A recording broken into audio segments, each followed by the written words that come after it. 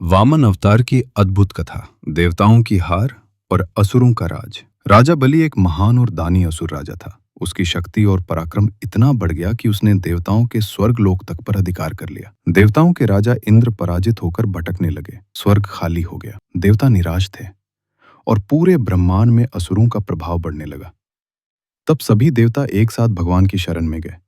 भगवान का वचन, धर्म की रक्षा होगी। देवताओं की पुकार सुनकर विष्णु प्रकट हुए। उन्होंने कहा, धर्म की रक्षा के लिए मैं अवतार लूंगा। देवमाता अदिति ने कठोर तप किया।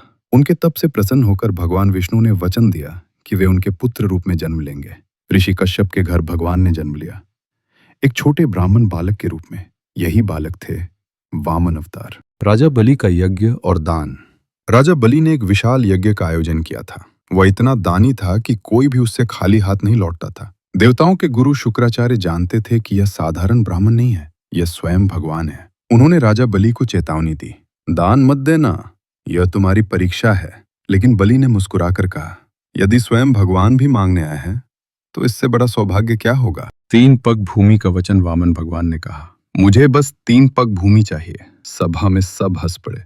एक छोटा बालक और मांग इतनी छोटी। राजा बलि ने तुरंत वचन दे दिया। जैसे ही वचन पूरा हुआ, वामन का शरीर बढ़ने लगा, बढ़ता गया और वह विराट रूप धारण कर लिया। 2 कदम में पूरा ब्रह्मांड।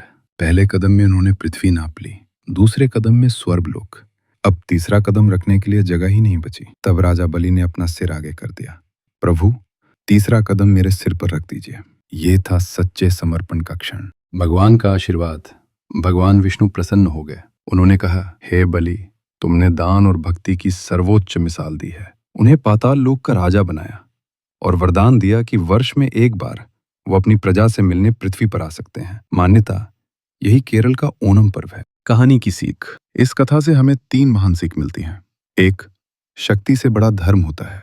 2, दान से बड़ा समर्पण होता है।